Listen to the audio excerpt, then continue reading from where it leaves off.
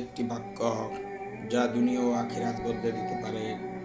সারা বিশ্বে লক্ষ কোটি মানুষ এক বাক্যে তাদের পরিচয় দেয়, লা ইলাহা ইল্লাল্লাহ মুহাম্মাদুর রাসূলুল্লাহ। কিন্তু আমরা কি সত্যিই জানি এই বাক্যের মানে?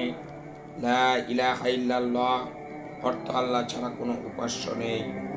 এটা শুধু মুখের কথা নয়, এটা এমন এক ঘোষণা যেখানে আমি বলি, আমি আল্লাহ ছাড়া কারো কাছে মাথা নত করব না। আমি কেবল আল্লাহকেই ভালোবাসব, ভয় করব এবং তারই ইবাদত করব। আর মুহাম্মাদুর রাসূলুল্লাহ অর্থ মুহাম্মদ সাল্লাল্লাহু আলাইহি ওয়াসাল্লাম হলেন আল্লাহর রাসূল।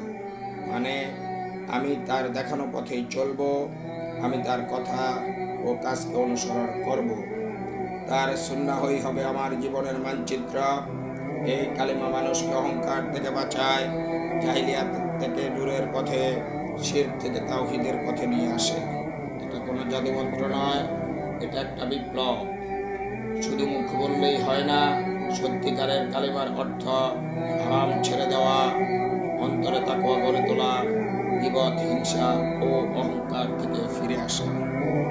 রাসূলুল্লাহ সাল্লাল্লাহু আলাইহি ওয়াসাল্লাম বলেছেন, যে ব্যক্তি আল্লাহর সন্তুষ্টির জন্য বলবে লা ইলাহা ইল্লাল্লাহ, আল্লাহ তার জন্য জাহান্নাম হারাম করে দিয়েছেন, অর্থাৎ সে জান্নাতে প্রবেশ করবে। সহিহ বুখারী অধ্যায় কিতাবুস সালাত হাদিস নম্বর 450। আমরা এই কালিমা বলি, কিন্তু জীবন দিয়ে কি প্রমাণ করি?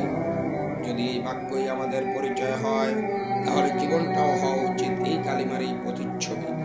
হে আল্লাহ, আমাদের অন্তরকে লা ইলাহা ইল্লাল্লাহ মুহাম্মাদুর রাসূলুল্লাহ এর উপর প্রতিষ্ঠিত রাখুন।